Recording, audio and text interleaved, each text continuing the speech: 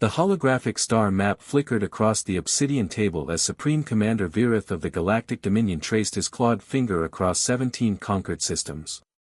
Each pulsing red dot represented a civilization that had fallen, the Kalori, the Threx, the Luminants of Sector 9. All gone. All absorbed. Viritha's mandibles clicked with satisfaction. The last resistance pocket in the outer rim has collapsed, General Seath reported, his 4 eyes scanning the data feeds. We have never lost a campaign in 400 years of expansion. And we never will, Virith replied coldly. What stands between us and the inner systems? Seath hesitated, something he almost never did. One planet, Commander. Designation, Earth. Species, human. They call themselves Americans. Well, they call the nation that controls most of their military infrastructure America.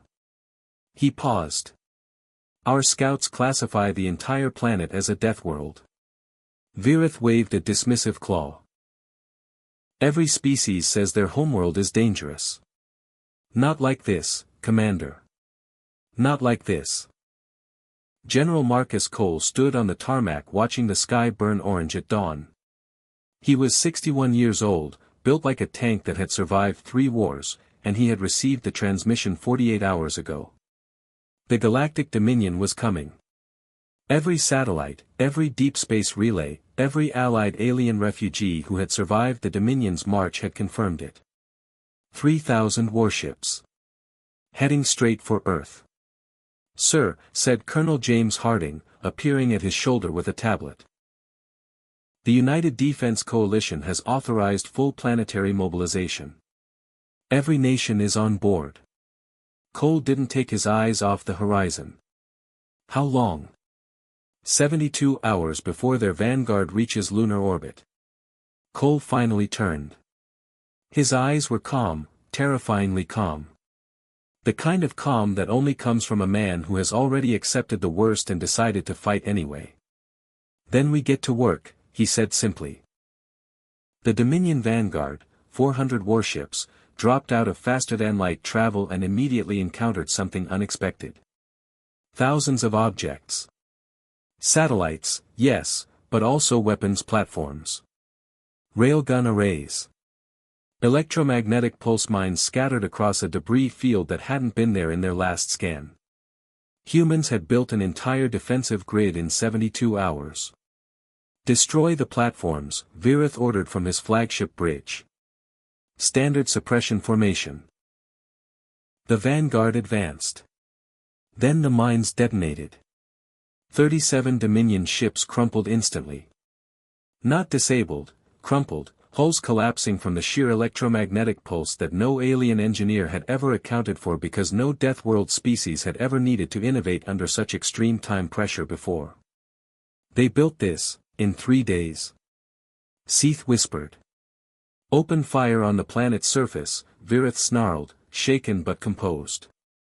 Level their military installations. The orbital bombardment began. And that was when Earth fired back. Nobody had told the Dominion about the Mass Driver Project, a classified network of buried electromagnetic cannons embedded in mountain ranges across 6 continents. They had been built in secret over 20 years, dismissed by Earth's own politicians as paranoid fantasy. General Cole had pushed for every single one. The first volley launched 300 tungsten rods, each one the size of a school bus, at a fraction of the speed of light. They punched through Dominion shields like paper. 14 capital ships vanished in silent explosions that lit up lunar orbit like a second sun. Virith stood frozen on his bridge. They were prepared, Seath said quietly. Commander, they were prepared for us specifically. They knew our shield frequencies. They knew our formation patterns. They knew. How? Virith roared. The refugees, Seath said grimly. Every species we destroyed, they sent survivors to Earth. And humans listened to every single one of them. For the first time in 4 centuries, Supreme Commander Virith ordered a retreat. Of the 3,000 ships that had entered the Sol system, fewer than 900 limped back into faster-than-light travel.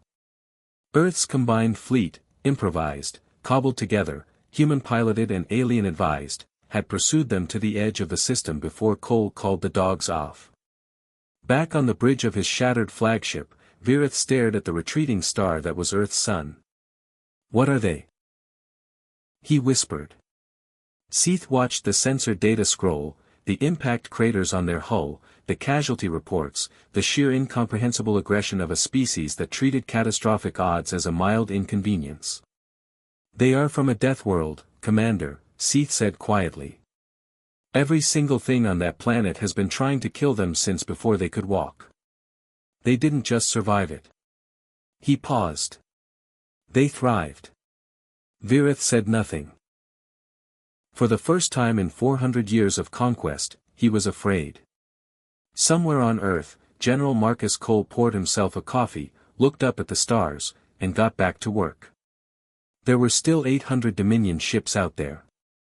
He wasn't done yet.